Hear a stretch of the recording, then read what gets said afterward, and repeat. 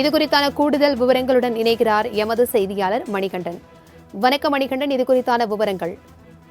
வணக்கம். அரசு பொதுத் தேர்வுகள் 10 மற்றும் 12ஆம் வகுப்புல தேர்ச்சி பெற்று மாவட்ட அளவுல முதலிடங்களை பெற்ற மாணவர்களுக்கு தமிழக வெற்றி கழகத்தின் தலைவர் விஜய் வரக்கூடிய 28ஆம் தேதியும் ஜூலை மாதம் 3ஆம் தேதியும் 2 கட்டமாக இந்த தளபதி கல்வி விருதுகள் வழங்கும் விழாவை நடத்த இருக்கிறார்.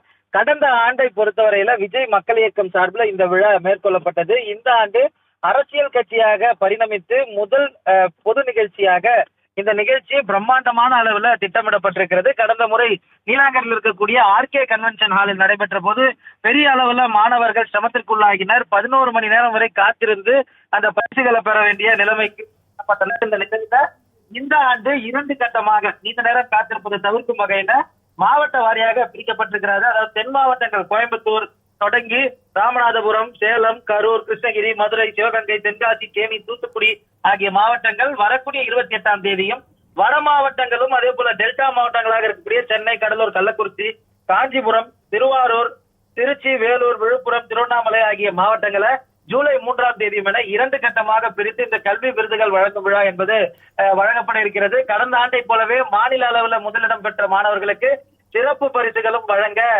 தாவேகா தலைவர் விஜய் திட்டமிட்டிருப்பதாகவும் தெரிவிக்கப்பட்டிருக்கிறது.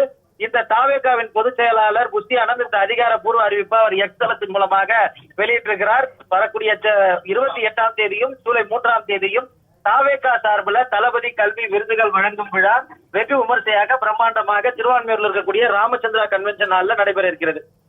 தகவல்களுக்கு நன்றி மணிகண்டன்.